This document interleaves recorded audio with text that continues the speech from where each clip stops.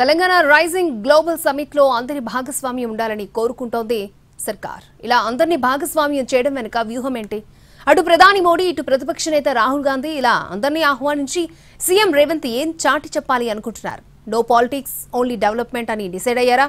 Global summit కు రాజకీయ రంగు అంటకుండా జాగ్రత్త పడుతున్నారా? Let's watch. ఈ నెల 8, 9 తేదీల్లో తెలంగాణ రైజింగ్ గ్లోబల్ సమ్మిట్ ను నిర్వహిస్తోంది తెలంగాణ ప్రభుత్వం. దీనిని అత్యంత గ్రాండ్ గా నిర్వహించాలని ముఖ్యమంత్రి రేవంత్ రెడ్డి నిర్ణయించారు. ఈ సమ్మిట్ ద్వారా ఫ్యూచర్ సిటీకి ప్రాణం పోయాలని, తెలంగాణ అభివృద్ధి ముఖచిత్రం మార్చేయాలని పట్టుదలగా ఉన్నారు. ఫోర్త్ సిటీకి ఫార్చ్యూన్ కంపెనీలను తీసుకురావడం, దేశ ఆర్థిక వ్యవస్థలో తెలంగాణ రాష్ట్ర వాటా 10% ఉండేలా చేసేందుకు అడుగులు వేస్తున్నారు. అభివృద్ధి, రాజకీయం వేర్వేరుగా చూడాలని మొదటి నుంచి చెబుతున్నారు రేవంత్ రెడ్డి.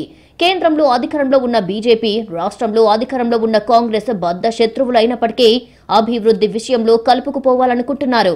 గడిచిన కొన్ని రోజులుగా రేవంత్ రెడ్డిపై ప్రత్యర్థులు అనేక ఆరోపణలు చేసినా డోంట్ కేర్ అంటూ ప్రధానమంత్రిని, కేంద్ర మంత్రులను కలుస్తున్నారు. అనుమతులు సాధించుకునేందుకు కృషి చేస్తున్నారు. పెండింగ్ పనులు చేసుకుంటూ పోతున్నారు.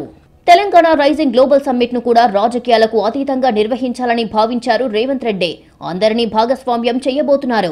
ప్రధానమంత్రి నరేంద్ర మోడీ, లోక్సభ ప్రతిపక్ష నేత రాహుల్ గాంధీ, రాజ్యసభ ప్రతిపక్ష నేత మల్లికార్జున ఖర్గే, కేంద్ర మంత్రులను కూడా ఆహ్వానించబోతున్నారు ముఖ్యమంత్రి. అందుకోసం ఢిల్లీ బయలుదేరారు. ప్రస్తుతం పార్లమెంటు సమావేశాలు జరుగుతున్నాయి.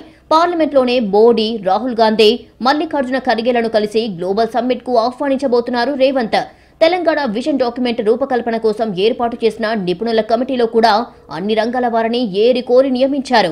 ముఖ్యమంత్రి రేవంత్ రెడ్డి అభివృద్ధి విజన్, నో పాలిటిక్స్ అని ఇండికేషన్ ఇస్తున్నట్లు కనిపిస్తోంది. పొలిటికల్ కలర్ కంటే అభివృద్ధి నమూనా చూపించే పనిలో ఉన్నారాయన. తెలంగాణ ఇమేజ్ ని మరింత పెంచేలా గ్లోబల్ సమ్మిట్ ని ప్లాన్ చేస్తున్నారు. డిప్యూటీ సీఎం భట్టి విక్రమార్క, మంత్రి శ్రీధర్ బాబులకు పూర్తి బాధ్యతలు అప్పగించే సదస్సును సక్సెస్ చేసే పనిలో పడ్డారు రేవంత్ రెడ్డి.